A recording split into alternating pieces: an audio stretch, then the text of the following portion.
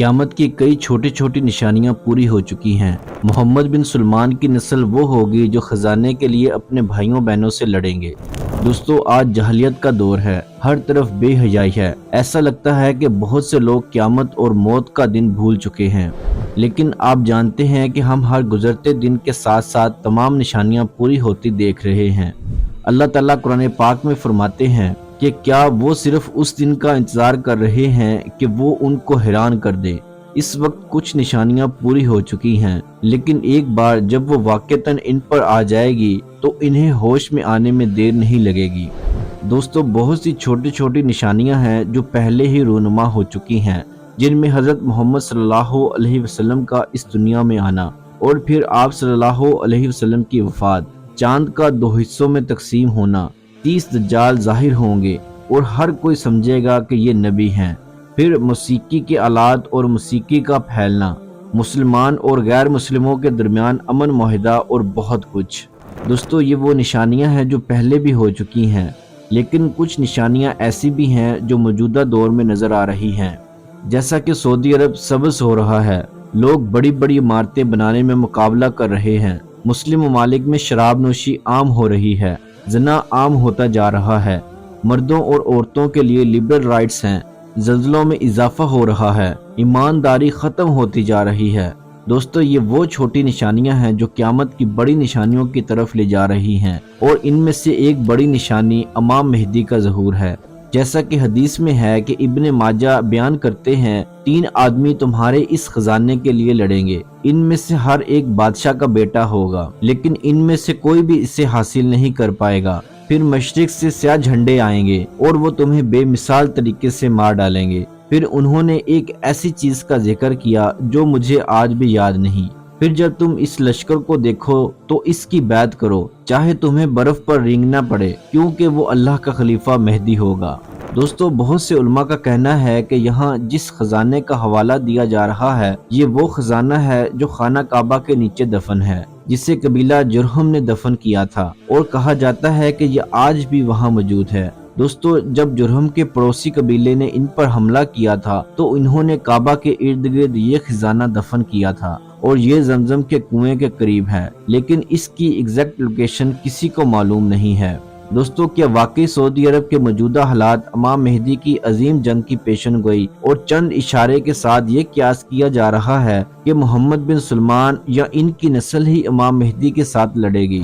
دوستو، محمد بن سلمان جو کہ اس وقت سعودی عرب کے بادشاہ بن چکے ہیں، اور انہوں نے اپنے 2 بھائیوں کو وزیر دفاع اور وزیر توانائی بنانے کا اعلان کیا ہے تاکہ وہ اس نظام کو اپنے حساب سے چلا سکیں۔ دوستو، قیاس کیا جا رہا ہے کہ محمد بن سلمان مستقبل کی پیشن گوئی کر چکے ہیں، اور وہ جانتے ہیں کہ ان کے بھائیوں میں اقتدار اور خزانے کے لیے لڑائی ہوگی۔ بعض کتابوں میں یہ بھی بتایا گیا ہے کہ بادشاہ کی وفات کے بعد اس کے بیٹے جنگ کا اعلان کریں گے اور مکے کے خزانے پر قبضہ کرنے کی کوشش کریں گے، جو کہ مکہ میں تباہی کی وجہ بنے گی۔ اور جب اس طرح حالات خراب ہوں گے تو اللہ تعالیٰ امام مہدی کو بھیجیں گے۔ اس دن امام مہدی کے سامنے 3 گروہ ہوں گے۔ پہلا وہ جو نبوت کا انکار کرے گا اور امام مہدی سے جنگ کرے گا، وہ شمال سے آئیں گے۔ بعض کہتے ہیں کہ وہ شامی یہودی ہوں گے، لیکن صحیح کسی کو بھی معلوم نہیں۔ اور پھر دوسرا گروہ امام مہدی کی فوج کے ساتھ جا کر مل جائے گا، وہ مشرق سے آئے گا، اکثر کا کہنا ہے کہ وہ پاکستان اور افغانستان کے لوگ ہوں گے۔ اور تیسرا گروہ عرب کے لوگ ہوں گے جو امام مہدی کا انکار کریں گے اور امام مہدی سے جنگ کریں گے، وہ امام مہدی کے ساتھ اقتدار اور خزانے کے لیے لڑیں گے۔ ایک حدیث میں ہے کہ آپ صلی اللہ علیہ وسلم نے فرمایا کہ میں نے خواب میں ایک عجیب چیز دیکھی کہ میری امت کا ایک گروہ خانہ کعبہ پر حملہ کرنے کا ارادہ کرے گا، لہٰذا اس پر حملہ کرنے والی فوج عرب فوج ہو سکتی ہے۔ وہ اسلام کے جھنڈے تلے لڑیں گے، لیکن وہ ظالموں میں سے ہوں گے۔ دوستو، محمد بن سلمان صرف حضرت محمد صلی اللہ علیہ وسلم کے ارشادات کا عملی پیمانہ ہے۔ آیا وہ اپنے بیٹوں کے لیے لڑیں گے یا نہیں، یہ اس وقت ایک غیر یقینی ہے، لیکن ایک بات طے ہے کہ وہ قرآن اور حدیث کا اپنا نقطہ نظر اور راستہ اپنے دائرے میں کھو چکے ہیں، اور وہی ہے جس نے مکہ میں ہر قسم کا فتنہ پیدا کیا ہوا ہے۔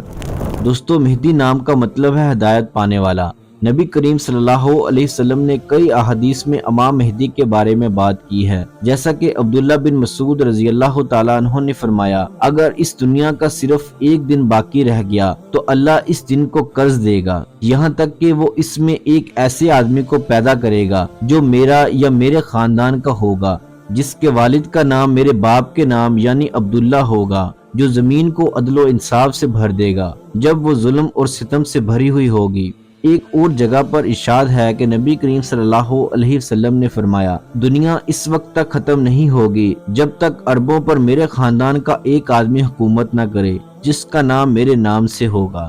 دوستو، اگر امام مہدی کے ظہور کے بارے میں بات کریں تو رسول اللہ صلی اللہ علیہ وسلم نے فرمایا کہ وہ مجھ میں سے ہوگا، اس کے پیشانی کشادہ اور نمایاں ناک ہوگی، وہ زمین کو عدل و انصاف سے بھر دے گا جس طرح وہ ظلم اور جبر سے بھری ہوئی تھی، اور وہ 7 سال حکومت کرے گا۔ حضرت محمد صلی اللہ علیہ وسلم نے فرمایا کہ مہدی بچپن سے بہت زیادہ مذہبی نہیں ہوگا، لیکن اللہ ایک رات میں اس کی اصلاح کرے گا۔ جب مکہ میں خانہ جنگی شروع ہو جائے گی، اس وقت مہدی مدینے میں ہوگا، لیکن وہ مدینہ چھوڑنے پر مجبور ہو جائے گا۔ پھر وہ مکہ آئے گا اور مقام ابراہیمی کے پاس ان کو پہچان کر لوگ ان کی بیعت کریں گے۔ پھر خراسان سے سیاہ جھنڈے کی جماعت آپ کی قیادت کے لیے آئے گی، وہ آ کر آپ کی بیعت کرے گی۔ رسول اللہ صلی اللہ علیہ وسلم نے فرمایا کہ جب تم دیکھو کہ سیاہ جھنڈے والے ان کی بیعت کر لیں تو تمہیں چاہیے کہ تم ان کے پاس پہنچو، چاہے تمہیں برف پر سے رینگ کر کیوں نہ آنا پڑے، کیونکہ وہ اللہ کا خلیفہ ہوگا۔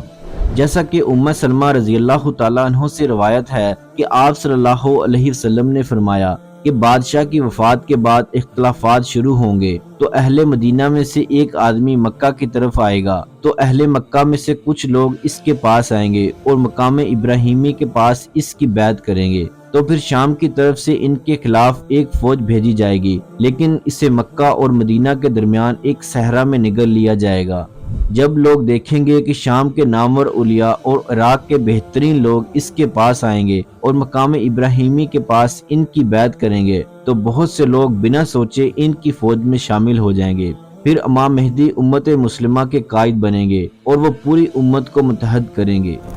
دوستو، یہ کوئی نہیں جانتا کہ امام مہدی کب آئیں گے، لیکن ایک بات یقینی ہے کہ موت اور فیصلے کا دن قریب ہے، اس لیے یہ وقت معافی مانگنے کے لیے بہترین ہے۔ میری دعا ہے کہ اللہ تعالی ہمیں اور تمام امت مسلمہ کو معاف فرمائے، آمین۔